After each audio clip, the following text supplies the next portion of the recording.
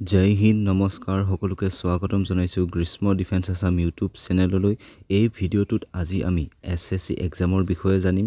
SSC exam দিবলৈ হ'লে আপোনালোকৰ কিমান পঢ়া শুনা লাগিব, আপোনালোকে SSCত সিলেকশ্যন ল'বলৈ হ'লে কিমান হাইট লাগিব, কিমান ৰানিং কৰিব লাগিব, সকলোবোৰ আমি এই ভিডিঅ'টিৰ জৰিয়তে আলোচনা কৰিম। তো আলোচনা কৰাৰ আগতে যদি আপোনালোকে আমাৰ চেনেললৈ প্ৰথমবাৰৰ বাবে আহিছে, চেনেলটো ছাবস্ক্ৰাইব কৰি ল'ব যাতে এনেকুৱা ধৰণৰ আপডেটবোৰ আপোনালোকে পাই থাকে।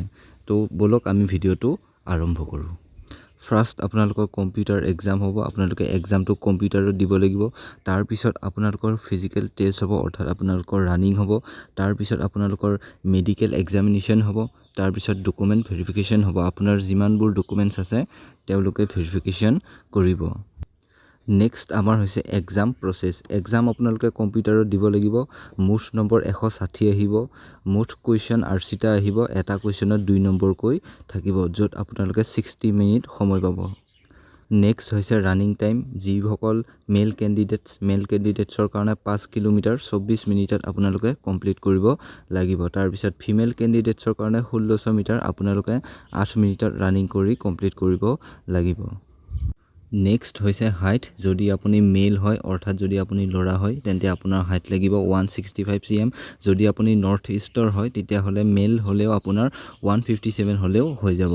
যদি আপুনি ফিমেল হয়, অৰ্থাৎ আপুনি যদি ছোৱালী হয়, আপোনাৰ হাইট লাগিব 157 cm। যদি আপুনি নৰ্থ ইষ্টৰ হয় তেতিয়াহ'লে 147 cm হ'লেও হৈ যাব। নেক্সট হৈছে আমাৰ age limit. General age limit maximum আপোনালোকৰ 18 বছৰ হ'ব লাগিব এপ্লাই কৰিবলৈ হ'লে, আৰু মেক্সিমাম এজ আপোনালোকৰ 23 বছৰলৈ আপোনালোকে এপ্লাই কৰিব পাৰিব। এজ ৰিলেক্সন যদি আপোনালোকে SC বা SC হয় তেতিয়াহ'লে আপোনালোকে 5 ইয়াৰ্ছ এজ ৰিলেক্সন পাব, আৰু যদি আপুনি OBC কেটেগৰী হয় তেতিয়াহ'লে আপোনালোকে 3 বছৰ এজ ৰিলেক্সন পাব। নেক্সট হৈছে SSC GDত আমি কি চাকৰি দেখিবলৈ পাওঁ।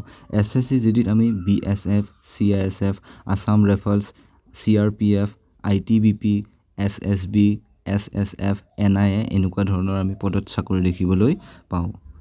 নেক্সট হৈছে SSC GD চিলেবাছ। চিলেবাছত আমি maths, reasoning, English grammar, Hindi grammar, general science, history, current affair আদি পঢ়িব লাগে। তো এইখিনিয়ে আছিল আমাৰ SSC GDৰ চিলেকশ্যন প্ৰচেছ। ভিডিঅ'টো চাই যদি আপোনালোকে ভাল পালে নিশ্চয় কমেণ্ট এটা কৰিব।